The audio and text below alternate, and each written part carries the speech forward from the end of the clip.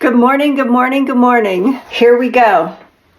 Federalist Papers number 39. The conformity of the plan to Republican principles. For the Independent Journal, Wednesday, January 16, 1788, by James Madison.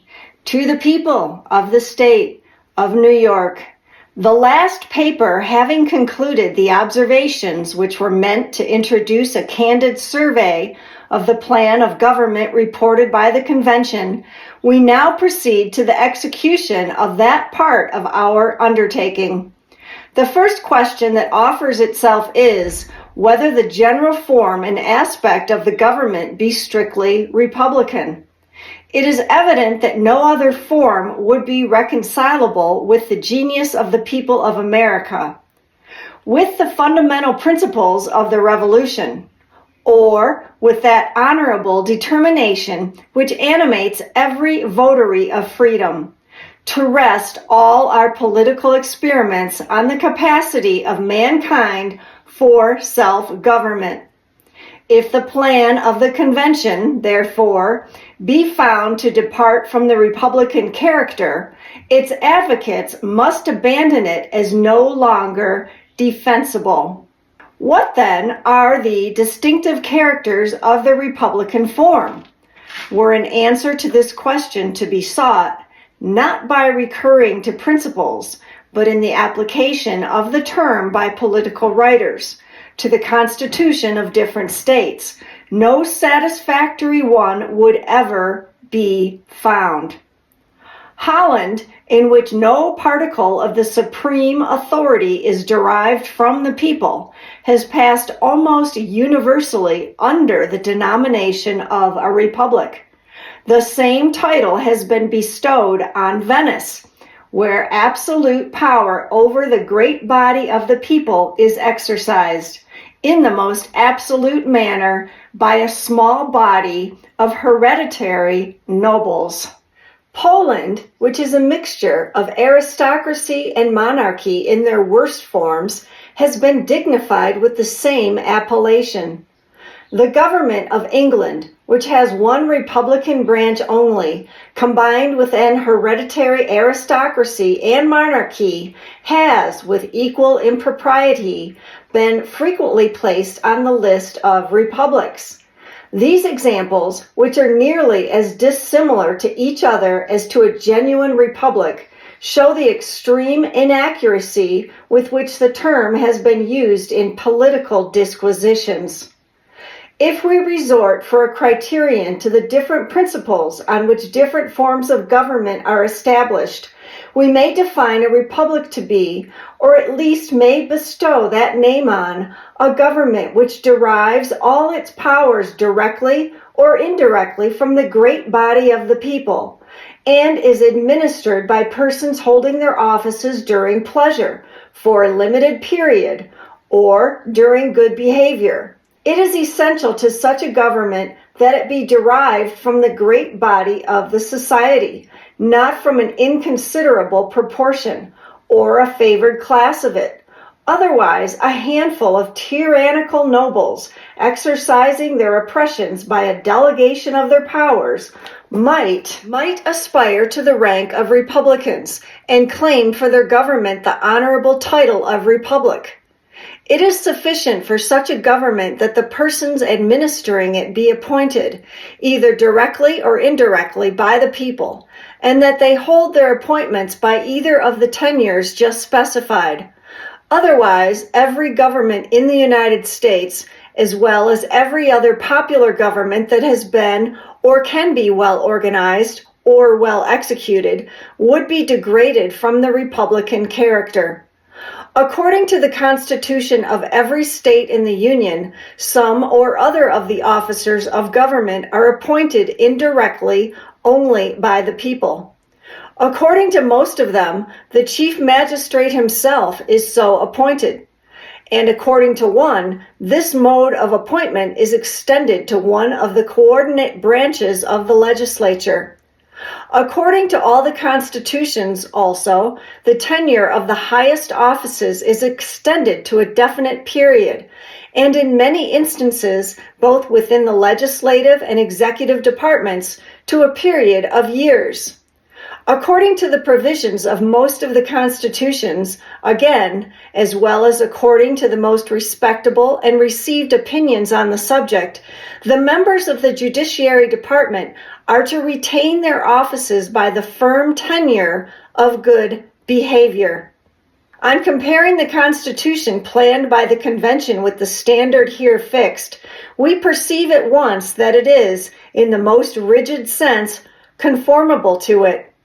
The House of Representatives, like that of one branch at least of all the state legislatures, is elected immediately by the great body of the people. The Senate, like the present Congress and the Senate of Maryland, derives its appointment indirectly from the people. The President is indirectly derived from the choice of the people, according to the example in most of the states. Even the judges, with all other officers of the Union, will, as in the several states, be the choice, though a remote choice, of the people themselves. The duration of the appointments is equally conformable to the Republican standard and to the model of state constitutions. The House of Representatives is periodically elective, as in all the states, and for the period of 2 years, as in the state of South Carolina. The Senate is elective for the period of 6 years, which is but 1 year more than the period of the Senate of Maryland, and but 2 more than that of the Senates of New York and Virginia. The President is to continue in office for the period of 4 years, as in New York and Delaware. The Chief Magistrate is elected for 3 years, and in South Carolina for 2 years. In the other states, the election is annual. In several of the states, however, no constitutional provision is made for the impeachment of the Chief Magistrate. And in Delaware and Virginia, he is not impeachable till out of office. The President of the United States is impeachable at any time during his continuance in office. The tenure by which the judges are to hold their places is, as is unquestionably ought to be, that of good behavior. The tenure of the ministerial offices generally will be a subject of legal regulation, conformably to the reason of the case and the example of the state constitutions. Could any further proof be required of the Republican complexion of this system? The most decisive one might be found in its absolute prohibition of titles of nobility, both under the federal and the state governments, and in its express guarantee of the Republican form to each of the latter. But it was not sufficient, say the adversaries of the proposed Constitution, for the Convention to adhere to the Republican form. They ought, with equal care, to have preserved the federal form, which regards the Union as a confederacy of sovereign states, instead of which they have framed a national government, which regards the Union as a consolidation of the states. And it is asked by what authority this bold and radical innovation was undertaken. The handle which has been made of this objection requires that it should be examined with some precision. Without inquiring into the accuracy of the distinction on which the objection is founded, it will be necessary to a just estimate of its force, first, to ascertain the real character of the government in question. Secondly, to inquire how far the convention were authorized to propose such a government. And thirdly, how far the duty they owed to their country could supply any defect of regular authority. First, in order to ascertain the real character of the government, it may be considered in relation to the foundation on which it is to be established, to the sources from which its ordinary powers are to be drawn, to the operation of these powers, to the extent of them, and to the authority by which future changes in the government are to be introduced. On examining the first relation, it appears, on one hand, that the Constitution is to be founded on the assent and ratification of the people of America, given by deputies elected for the special purpose, but on the other, that this assent and ratification is to be given by the people, not as individuals composing one entire nation, but as composing the distinct and independent states to which they respectively belong. It is to be the assent and ratification of the several states, derived from the supreme authority in each state, the authority of the people themselves. The act, therefore, establishing the Constitution will not be a national, but a federal act. That it will be a federal and not a national act, as these terms are understood by the objectors. The act of the people as forming so many independent states, not as forming one aggregate nation, is obvious from this single consideration, that it is to result neither from the decision of a majority of the people of the Union, nor from that of a majority of the states. It must result from the unanimous assent of the several states that are parties to it, differing no otherwise from their ordinary assent than its being expressed, not by the legislative authority, but by that of the people themselves. Were the people regarded in this transaction as forming one nation, the will of the majority of the whole people of the United States would bind the minority, in the same manner as the majority in each state must bind the minority. And the will of the majority must be determined either by a comparison of the individual votes or by considering the will of the majority of the states as evidence of the will of a majority of the people of the United States. Neither of these rules have been adopted. Each state, in ratifying the Constitution, is considered as a sovereign body, independent of all others, and only to be bound by its own voluntary act. In this relation, then, the new Constitution will, if established, be a federal and not a national constitution. The next relation is to the sources from which the ordinary powers of government are to be derived. The House of Representatives will derive its powers from the people of America, and the people will be represented in the same proportion and on the same principle as they are in the legislature of a particular state. So far, the government is national, not federal. The Senate, on the other hand, will derive its powers from the states as political and co-equal societies, and these will be represented on the principle of equality in the Senate, as they now are in the existing Congress. So far, the government is federal, not national. The executive power will be derived from a very compound source. The immediate election of the president is to be made by the states in their political characters. The votes allotted to them are in a compound ratio, which considers them partly as distinct and co-equal societies, partly as unequal members of the same society. The eventual election, again, is to be made by that branch of the legislature which consists of the national representatives. But in this particular act, they are to be thrown into the form of individual delegations from so many distinct and co-equal bodies politic. From this aspect of the government, it appears to be of a mixed character, presenting at least as many federal as national features. We're going to stop there. See you tomorrow. Have a great day. You're going to notice that the length of these is varying. I've got some computer issues. Yes.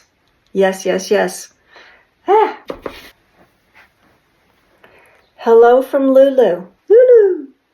The next relation is to the sources from which the ordinary powers of government are to be derived. The House of Representatives will derive its powers from the people of America, and the people will be represented in the same proportion and on the same principle as they are in the legislature of a particular state. So far, the government is national, not federal. The Senate, on the other hand, will derive its powers from the states as political and co-equal societies, and these will be represented on the principle of equality in the Senate, as they now are in the existing Congress. So far, the government is federal, not national. The executive power will be derived from a very compound source. The immediate election of the president is to be made by the states in their political characters. The votes allotted to them are in a compound ratio, which considers them partly as distinct and co-equal societies, partly as unequal members of the same society. The eventual election, again, is to be made by that branch of the legislature which consists of the national representatives. But in this particular act, they are to be thrown into the form of individual delegations from so many distinct and co-equal bodies politic. From this aspect of the government, it appears to be of a mixed character, presenting at least as many federal as national features. The difference between a federal and national government, as it relates to the operation of the government, is supposed to consist in this, that in the former, the powers operate on the political bodies composing the Confederacy, in their political capacities. In the latter, on the individual citizens composing the nation, in their individual capacities. On trying the Constitution by this criterion, it falls under the national, not the federal character, though perhaps not so completely as has been understood.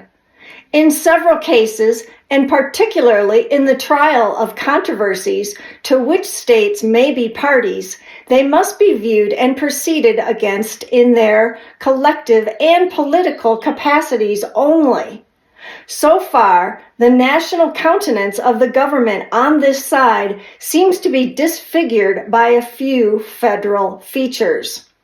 But this blemish is perhaps unavoidable in any plan, and the operation of the government on the people, in their individual capacities, in its ordinary and most essential proceedings, may, on the whole, designate it, in this relation, a national government.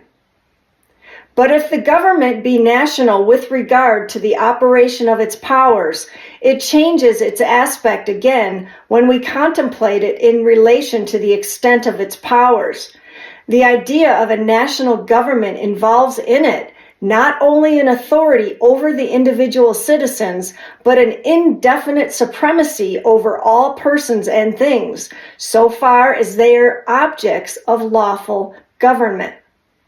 Among a people consolidated into one nation, this supremacy is completely vested in the national legislature. Among communities united for particular purposes, it is vested partly in the general and partly in the municipal legislatures. In the former case, all local authorities are subordinate to the supreme and may be controlled, directed, or abolished by it at pleasure. In the latter, the local or municipal authorities form distinct and independent portions of the supremacy, no more subject within their respective spheres to the general authority than the general authority is subject to them within its own sphere. In this relation, then, the proposed government cannot be deemed a national one, since its jurisdiction extends to certain enumerated objects only, and leaves to the several states a residuary and inviolable sovereignty over all other subjects. It is true that in controversies relating to the boundary between the two jurisdictions, the tribunal, which is ultimately to decide, is to be established under the general government. But this does not change the principle of the case. The decision is to be impartially made, according to the rules of the Constitution, and all the usual and most effectual precautions are taken to secure this impartiality. Some such tribunal is clearly essential to prevent an appeal to the sword and a dissolution of the compact, and that it ought to be established under the general rather than under the local governments, or, to speak more properly, that it could be safely established under the first alone, is a position not likely to be combated. If we try the Constitution by its last relation to the authority by which amendments are to be made, we find it neither wholly national nor wholly federal. Were it wholly national, the supreme and ultimate authority would reside in the majority of the people of the Union, and this authority would be competent at all times, like that of a majority of every national society, to alter or abolish its established government. Were it wholly federal, on the other hand, the concurrence of each state in the Union would be essential to every alteration that would be binding on all. The mode provided by the plan of the convention is not founded on either of these principles. In requiring more than a majority, and particularly in computing the proportion by states, not by citizens. It departs from the national and advances towards the federal character.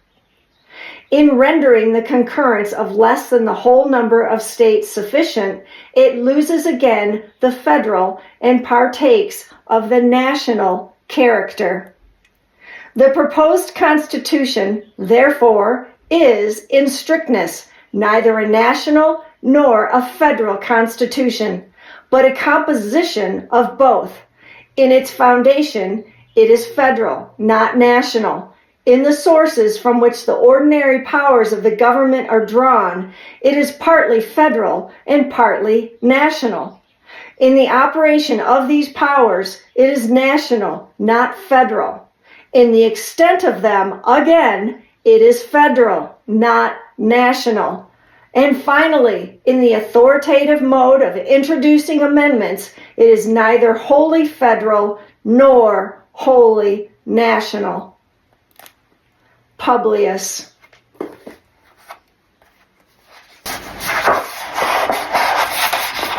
All right. Cheers, everybody. Have a great day. Talk to you tomorrow.